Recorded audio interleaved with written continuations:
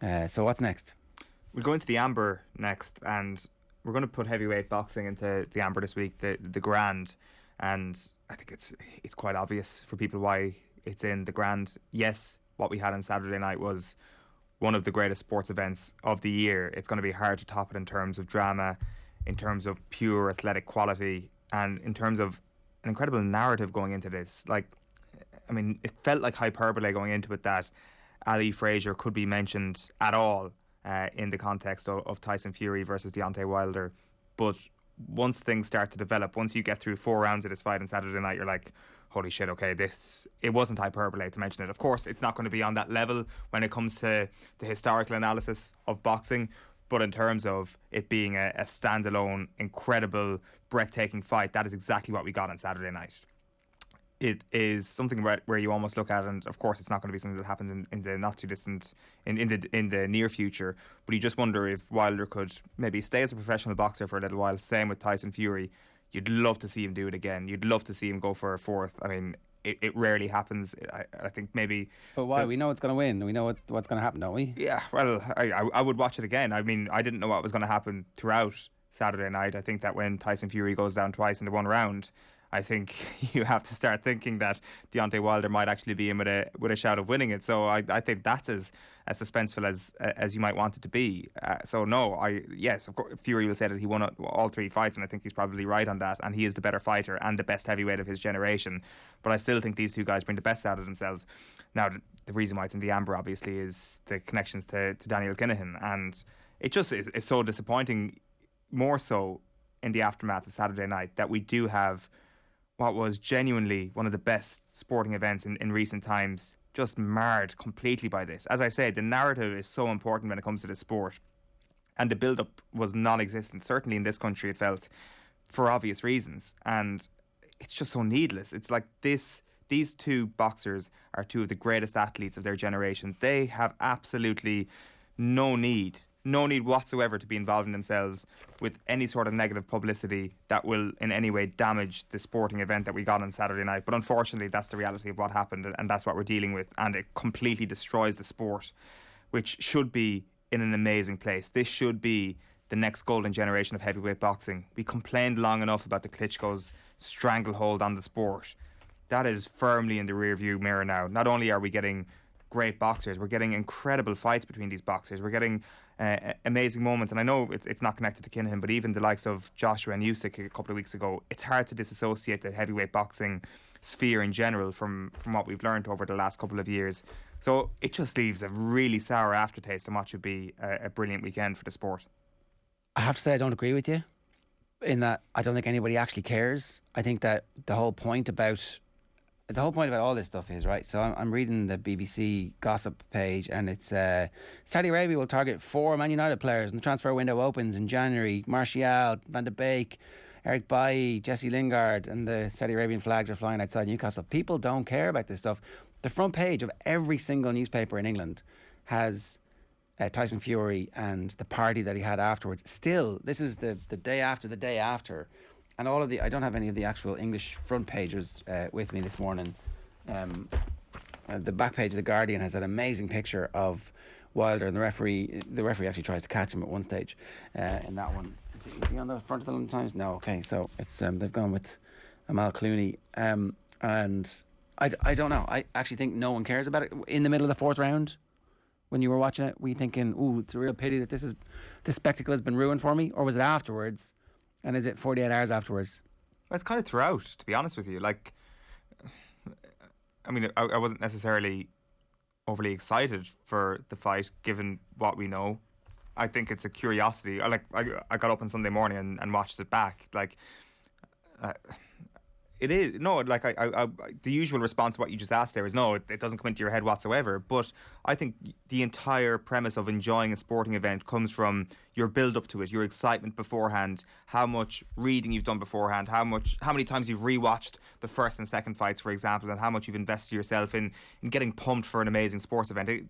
That's why we do this show. That's why we talk about sport, is because we love it and we're excited for everything that's coming up and the anticipation of what's to come. And that anticipation was bulldozed by the reality around the organisation of this fight.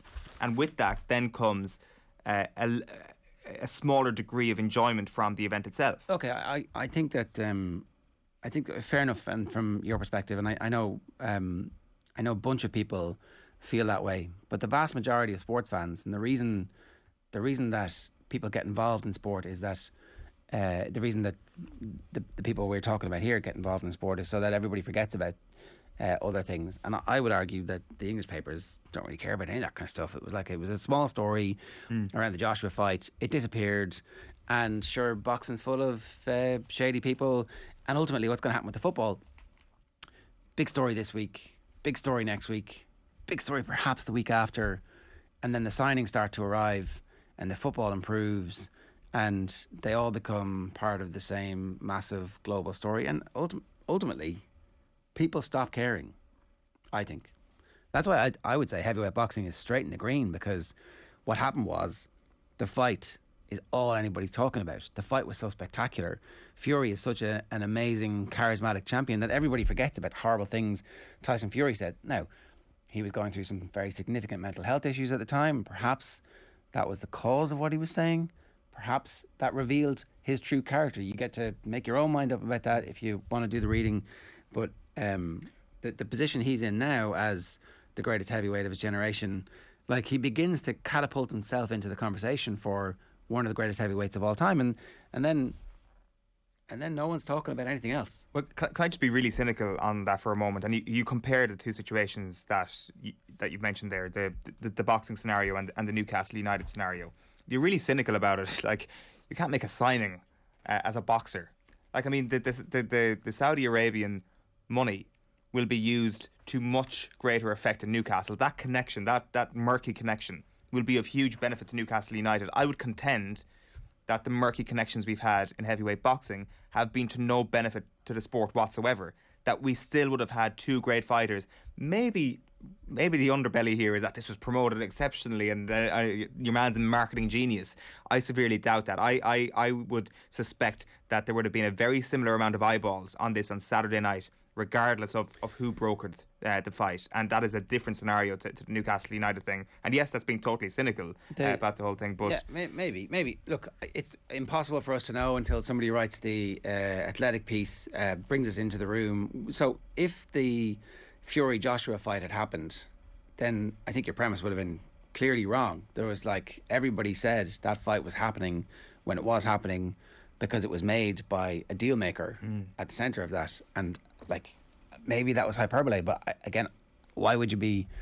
I don't know why you would make that stuff up. So I think it's all on a scale, and I don't know. Loads of people thought the fight was amazing. Like, that's the thing. I thought it was amazing. Yeah, and so the heavyweight boxing is actually in the green. Heavyweight boxing has recovered. I would argue the heavyweight boxing has completely recovered from the Klitschko era, and how it got there, people don't care about it. Not Mike Grimm out. Loads of people, other people are like, talk about the boxing. What are you doing here? Well, why do I have to worry about this stuff? Yeah, and I mean, I can appreciate that view, and yeah, like it's interesting. I just think that maybe in the UK you do get a different appreciation of the connection than here. There was a huge Irish angle to this story, it felt, and it wasn't on the back pages of the newspapers. So maybe there are just more people in Ireland who watched the fight on Saturday night who feel differently about it. It's on all the back pages of the Irish papers today. The front page of the Irish Times sports section is "I'm the greatest heavyweight of my era. Fury basks in Wilder win." Back page of the Sun. Well, I mean throughout the last year and a half, and I mean has it not been? I would say that there is still an ignorance regarding the connections to boxing's connections to Kinahan in the UK compared to in Ireland. I would say, I think that's surely fair enough comment, is it not? Sorry, what's the comment? That there is more of a focus on Kinahan here than there will be in the UK. Yeah, people are just more familiar with the story. It was a 2 week or a week and a half story when the fight was happening, but I think it'll all disappear again. It probably will, and that's the reality of where we're at. But for me, it was kind of hard to disassociate the two. And the more amazing the fight got, the more you're disappointed. The more you're like, I really want this sport to be close to perfect. But then again, I'm sure there are plenty of people who will say it was never perfect. It's always had a murky history. It's always roamed into the grey area, to say the very least.